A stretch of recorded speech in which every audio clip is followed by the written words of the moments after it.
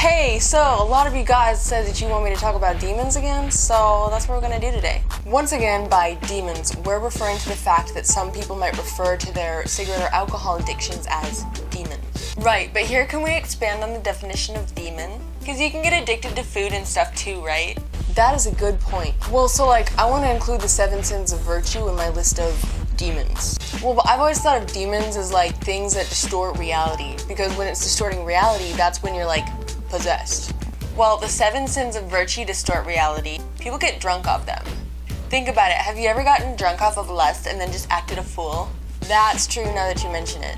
The solution for that, by the way, is just stay really down to earth. Well, and all these demons work in cahoots with each other.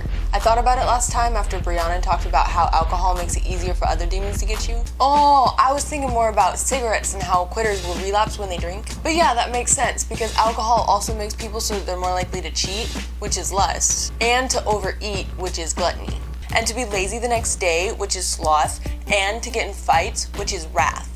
Alright, the 7 sins of virtue. Reality distorting demons. Badaboom. But what are we going to focus on today? Somebody requested that we talk about meth. Ooh, that's a hard one. I know that it's got a hardcore distortion of reality and that it's in cahoots with lust and vanity. Vanity for sure. They always act like there's some hardcore big shot who's high profile with the FBI. Maybe high profile with the police, but the FBI have bigger fish to fry. And doesn't law enforcement just see them as losers? They also seem like they lose their compassion, so they turn into total narcissists. They're all about manipulating people. Alright, we'll give it a shot. If meth was a demon, then what would it want? Well, let's just go with what it's made people do in the past. It wants you to neglect the crap out of your children and your animals. It wants you to rape and torture people. It wants you to kill your loved ones and other people's loved ones. And it wants you to rip your veins out with your fingers to get the bugs out of them.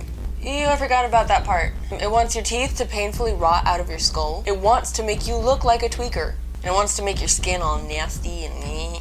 It wants you to lose your job and your car and your license and your family and your health and your freedom. Okay, that's enough. And yet, when they're high, they still feel like they're the shit. So, what is meth afraid of? It's afraid of you not using it because then it loses its power. It's afraid of people seeing it for what it really is. It's afraid of good people and drug education. Okay, now what thoughts would it put into your head? More like what feelings would it put in your mind? We already talked about that. Now we have to talk about the thoughts that it would remove from your mind. I slept great last night. I look kinda nasty. I need to feed my dog. No, we don't need to talk about that. It's gonna make me sad. I agree, we should change the subject. You mean end the video? Yeah. Alright, thank you guys so much for watching. I love you. Next week will be a different theme just because I want to switch it up a little bit, but who knows, depending on when you're watching this, I might have already posted more. Well, but I've always thought of some hardcore, some high profile,